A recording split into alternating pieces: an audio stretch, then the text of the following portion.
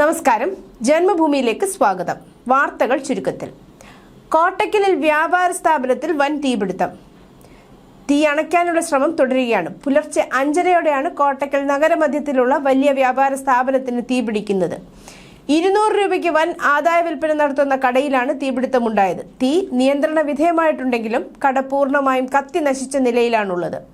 മലപ്പുറത്തു നിന്നും തിരൂരിൽ നിന്നും എത്തിയ 4 യൂണിറ്റ് ഫയർഫോഴ്സ് നടത്തിയ രക്ഷാപ്രവർത്തനത്തിലാണ് അപകടത്തിന്റെ വ്യാപ്തി കുറയ്ക്കാൻ സാധിച്ചത്. എറണാകുളം സൗത്ത് ബംഗളൂരു വന്ദേ ഭാരത് ശനിയാഴ്ച ഓടിത്തുടങ്ങും. പ്രധാനമന്ത്രി നരേന്ദ്രമോദിയാണ് വീഡിയോ കോൺഫറൻസിംഗ് വഴി വാരണാസിയിൽ നിന്ന് വന്ദേ ഭാരത് ഫ്ളാഗ് ഓഫ് ചെയ്യുന്നത്.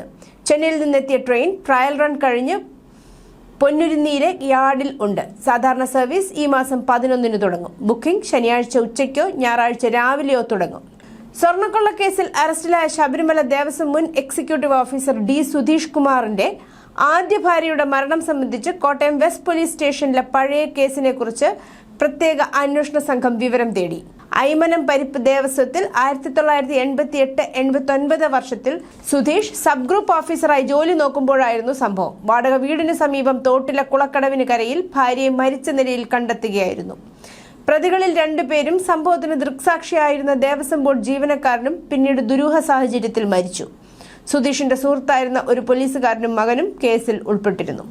പാപ്പനംകോട്ട് നിന്ന് തുടങ്ങി കിള്ളിപ്പാലം, പാളയം, ശ്രീകാര്യം വഴി കഴക്കൂട്ടത്തിന് സമീപം ടെക്നോ പാർക്ക് വരെ 1-ാം ഘട്ടത്തിൽ എത്തി ബൈപ്പാസിലൂടെ ഈഞ്ചക്കൽ അവസാനിക്കുന്ന വിധത്തിൽ 31 കിലോമീറ്റർ നീളം വരുന്ന തിരുവനന്തപുരം മെട്രോയ്ക്കുള്ള ആദ്യ അലൈൻമെന്റ് സർവീസ് സർക്കാർ അനുമതി നൽകി. ടെക്നോ പാർക്കിന്റെ 3 ഫേസുകൾ വിമാനത്താവളം, Thampanoor bus stand, railway station, secretariat, medical college എന്നിവ ബന്ധിപ്പിക്കുന്ന തരത്തിലാണ് അലൈൻമെന്റ് അംഗീകരിച്ചത്.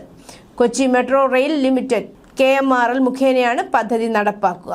കേരള സർവകലാശാല PhD വിവാദത്തിൽ സംസ്കൃത വിഭാഗം മേധാവിക്കെതിരെ ഗവേഷണ വിദ്യാർത്ഥി സംസ്ഥാന SC/ST കമ്മീഷന് പരാതി നൽകി. ഡീൻ ഡോക്ടർ CN വിജയകുമാരി ജാതി അധിക്ഷേപം നടത്തിയെന്നാണ് വിപിൻ വിജയന്റെ പരാതി. മറ്റധ്യാപകർക്ക് മുന്നിൽ വെച്ച് ജാതീയമായി അധിക്ഷേപിച്ചെന്ന് പരാതിയിൽ പറയുന്നു. നേരത്തെ ഡോക്ടർ CN വിജയകുമാരിക്കെതിരെ പോലീസിലും പരാതി നൽകിയിരുന്നു. താഴ്ന്ന ജാതിക്കാർക്ക് എത്ര ശ്രമിച്ചാലും സംസ്കൃതം വഴങ്ങില്ല തുടങ്ങിയ പരാമർശങ്ങൾ അധ്യാപിക നടത്തിയെന്നാണ് പരാതി. അക്കാഡമിക് യോഗ്യതയില്ലാത്തതിനാൽ കാര്യവട്ടം ക്യാമ്പസിലെ ഗവേഷക വിദ്യാർത്ഥിയായ വിപിൻ വിജയന് PhD അനുവദിക്കരുതെന്ന് ചൂണ്ടിക്കാട്ടി ഡീനായ ഡോക്ടർ CN വിജയകുമാരി വൈസ് ചാൻസലർക്ക് കത്ത് നൽകിയിരുന്നു. ആഭിചാരക്രിയയുടെ പേരിൽ ഭർത്തൃവീട്ടിൽ യുവതിക്ക് ക്രൂരമർദ്ദനം. കോട്ടയം തിരുവഞ്ചൂരിലാണ് സംഭവം. ഭാര്യയുടെ ശരീരത്തിൽ നിന്ന് ദുരാത്മാക്കളെ ഒഴിപ്പിക്കാനെന്ന പേരിലാണ് ആഭിചാരക്രിയ. യുവതിക്ക് മദ്യം നൽകുകയും ബീഡി വലിപ്പിക്കുകയും ഭസ്മം തീറ്റിക്കുകയും ചെയ്തു. ശരീരത്തിൽ പൊള്ളലേൽപ്പിച്ചു. യുവതിയുടെ കുടുംബത്തിന്റെ പരാതിയിൽ 3 പേരെ പോലീസ് അറസ്റ്റ് ചെയ്തു. ഭർത്താവ് അഖിൽ, ഭർത്തൃപിതാവ് ദാസ്, ആഭിചാരക്രിയ നടത്തിയ ശിവദാസ് എന്നിവരാണ് അറസ്റ്റിലായത്. ഭർത്തൃമാതാവ് ഒളിവിലാണ്. പ്രമുഖ വനിതാ ഗൈനക്കോളജിസ്റ്റിനെ 48 മണിക്കൂർ വെർച്വൽ അറസ്റ്റിൽ നിർത്തി തട്ടിപ്പ് സംഘം. പോലീസിന്റെ സമയോചിതമായ ഇടപെടലിൽ പണം നഷ്ടമാകാതെ ഡോക്ടറെ മോചിപ്പിച്ചു. നഗരത്തിൽ തന്നെയുള്ള വനിതാ ഡോക്ടറെയാണ് മുംബൈ കൊളാബിയയിലെ CBI ഓഫീസിൽ നിന്നാണെന്ന പേരിൽ വിളിച്ച് സൈബർ തട്ടിപ്പ് സംഘം വെർച്വൽ അറസ്റ്റിലാക്കിയത്. സർക്കാർ ജീവനക്കാർക്കും പെൻഷൻകാർക്കും DA കുടിശ്ശിക നിഷേധിച്ചതിലൂടെ ഓരോരുത്തർക്കും നഷ്ടമായത് ലക്ഷങ്ങൾ. ഏറ്റവും താഴത്തെ ശമ്പള സ്കെയിലുള്ള ഓഫീസ് അസിസ്റ്റന്റുമാർക്ക് 187 മാസത്തെ കുടിശ്ശിക നഷ്ടത്തിലൂടെ 1.27 ലക്ഷം രൂപ നഷ്ടം വരുമ്പോൾ ചീഫ് എഞ്ചിനീയർ, സെക്രട്ടേറിയറ്റിലെ സ്പെഷ്യൽ സെക്രട്ടറി എന്നീ ഏറ്റവും ഉയർന്ന തസ്തികയിലുള്ളവർക്ക് 9.25 ലക്ഷം രൂപയുടെ നഷ്ടമാണ് ഉണ്ടാകുന്നത്. പെൻഷൻകാർക്ക് 190 മാസത്തെ പെൻഷൻ കുടിശ്ശികയാണ് നഷ്ടം വരുന്നത്. 2021 അധികാരത്തിൽ വന്ന ശേഷമാണ് സാമ്പത്തിക പ്രതിസന്ധി ചൂണ്ടിക്കാട്ടി സർക്കാർ DA പ്രഖ്യാപനം അനന്തമായി നീട്ടിക്കൊണ്ടുപോയത്. പാലക്കാട് ജില്ലാ ആശുപത്രിയിലെ ചികിത്സാ പിഴവിനെ തുടർന്ന് കൈ മുറിച്ചു മാറ്റേണ്ടി വന്ന 9 വയസ്സുകാരി ഇന്ന് ആശുപത്രി വിട്ടേക്കും. കഴിഞ്ഞ 1 മാസമായി കോഴിക്കോട് മെഡിക്കൽ കോളേജിൽ ചികിത്സയിലായിരുന്നു. കുട്ടിയുടെ ചികിത്സാ ചിലവിനും മുന്നോട്ടുള്ള പിന്തുണയും തേടി സമീപിച്ചിട്ടും സർക്കാരും ആരോഗ്യവകുപ്പും തിരിഞ്ഞു നോക്കിയില്ലെന്നാണ് കുടുംബത്തിന്റെ ആരോപണം. താമരശ്ശേരി ചുരത്തിൽ ഡീസൽ തീർന്നതിനെ തുടർന്ന് ലോറി കുടുങ്ങി. ചുരം 6-ാം വളവിലാണ് സംഭവം. വയനാട് ഭാഗത്തേക്ക് പോവുകയായിരുന്ന ലോറിയാണ് കുടുങ്ങിയത്. ഇതോടെ ചുരത്തിൽ ഗതാഗതം ഭാഗികമായി തടസ്സപ്പെട്ടു. തിരുവനന്തപുരം മെഡിക്കൽ കോളേജ് ആശുപത്രിയിൽ ചികിത്സ കിട്ടാതെ ഹൃദ്രോഗി മരിച്ച സംഭവത്തിൽ ആശുപത്രി അധികൃതരുടെ വാദങ്ങൾ പൊളിയുന്നു. ആശുപത്രി അധികൃതരുടെ വാദം തള്ളുന്ന ചികിത്സാരേഖയാണ് പുറത്തു വന്നത്. മരിച്ച വേണുവിന്റെ ക്രിയാറ്റിൻ ലെവൽ കൂടുതൽ ആയിരുന്നുവെന്ന തിരുവനന്തപുരം മെഡിക്കൽ കോളേജ് ആശുപത്രി അധികൃതരുടെ വാദം തെറ്റാണെന്ന് തെളിയിക്കുന്ന ചികിത്സാരേഖയാണ് പുറത്തു വന്നത്. വേണുവിന്റെ ക്രിയാറ്റിൻ ലെവൽ സാധാരണ നിലയിലായിരുന്നുവെന്ന് ചികിത്സാരേഖ തെളിയിക്കുന്നു. ക്രിയാറ്റിൻ കൂടിയതുകൊണ്ട് ആൻജിയോഗ്രാം സാധ്യമാകുമായിരുന്നില്ല എന്നായിരുന്നു ആശുപത്രി അധികൃതരുടെ വാദം. വെള്ളിയാഴ്ച രാജ്യത്തുടനീളമുള്ള വിമാന ഗതാഗതത്തെ തടസ്സപ്പെടുത്തിയ വൻ സാങ്കേതിക തകരാറിനെ തുടർന്ന് ഡൽഹി ഇന്ദിരാഗാന്ധി അന്താരാഷ്ട്ര വിമാനത്താവളത്തിലെ വിമാന പ്രവർത്തനങ്ങൾ ശനിയാഴ്ച രാവിലെ ആരംഭിച്ചു. പ്രതിദിനം 1500-ലധികം വിമാന സർവീസുകൾ കൈകാര്യം ചെയ്യുന്ന ഡൽഹി വിമാനത്താവളത്തിൽ വെള്ളിയാഴ്ച 800-ലധികം വിമാന സർവീസുകൾ വൈകുകയും 20 എണ്ണം റദ്ദാക്കുകയും ചെയ്തു. ജമ്മുകാശ്മീരിലെ കുപ്വാര മേഖലയിൽ സുരക്ഷാ സേനയുമായി ഉണ്ടായ വെടിവെപ്പിൽ 2 തീവ്രവാദികളെ വധിച്ചു.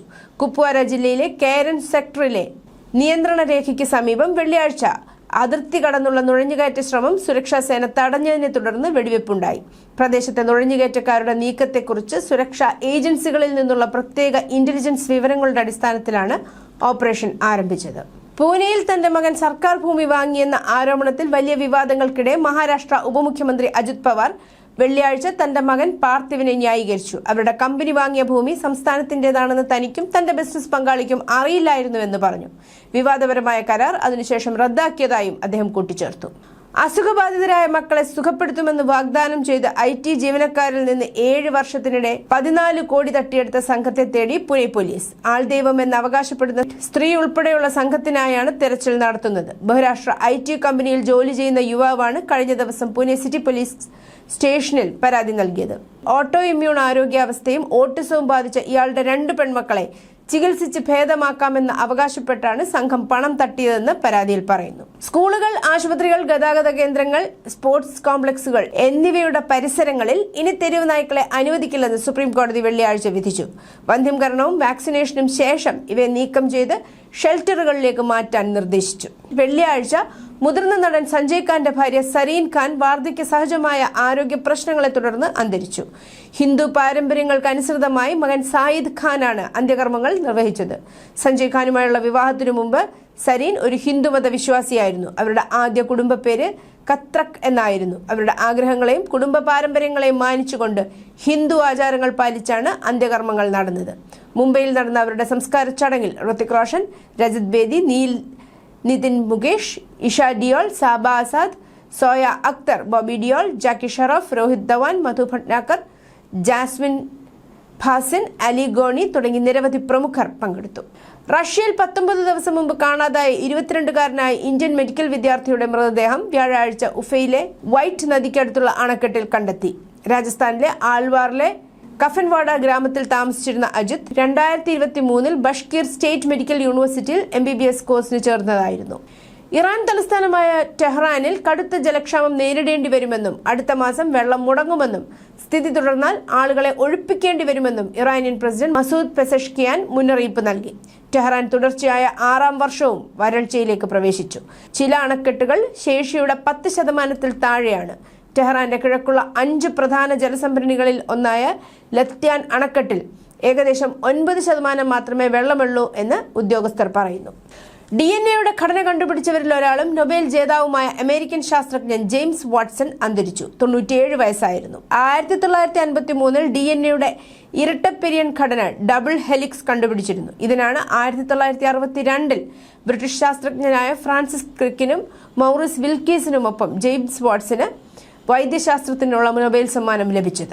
ദക്ഷിണാഫ്രിക്കയിൽ നടക്കാനിരുന്ന G20 ഉച്ചകോടിയിൽ ഒരു US ഗവൺമെന്റ് ഉദ്യോഗസ്ഥരും പങ്കെടുക്കില്ലെന്ന് US പ്രസിഡന്റ് ഡൊണാൾഡ് ട്രംപ് പ്രഖ്യാപിച്ചു.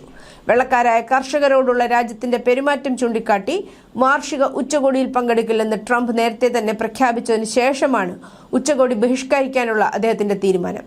അദ്ദേഹത്തിന് പകരം വൈസ് പ്രസിഡന്റ് JD വാൻസ് പങ്കെടുക്കേണ്ടതായിരുന്നു. പശ്ചിമാഫ്രിക്കൻ രാജ്യമായ മാലിയിൽ വർദ്ധിച്ചുവരുന്ന അശാന്തിയും ജിഹാദി അക്രമവും മൂലം വലയുന്നതിനിടെ തോക്കുധാരികൾ 5 ഇന്ത്യക്കാരെ തട്ടിക്കൊണ്ടുപോയതായി അവരുടെ കമ്പനിയും സുരക്ഷാ വൃത്തങ്ങളും വെള്ളിയാഴ്ച അറിയിച്ചു. ഇതുവരെ ഒരു സംഘടനയും തട്ടിക്കൊണ്ടുപോകൽ അവകാശപ്പെട്ടിട്ടില്ല. ട്രംപ് ഭരണകൂടം വ്യാഴാഴ്ച പുറപ്പെടുവിച്ച സർക്കാർ നിർദ്ദേശപ്രകാരം പ്രമേഹം അല്ലെങ്കിൽ അമിതവണ്ണം പോലെയുള്ള ആരോഗ്യ പ്രശ്നങ്ങളുണ്ടെങ്കിൽ US-ൽ താമസിക്കാൻ വിസയ്ക്ക് അപേക്ഷിക്കുന്ന വിദേശ പൗരന്മാർ നിരസിക്കപ്പെട്ടേക്കാം. News desk Janmabhumi.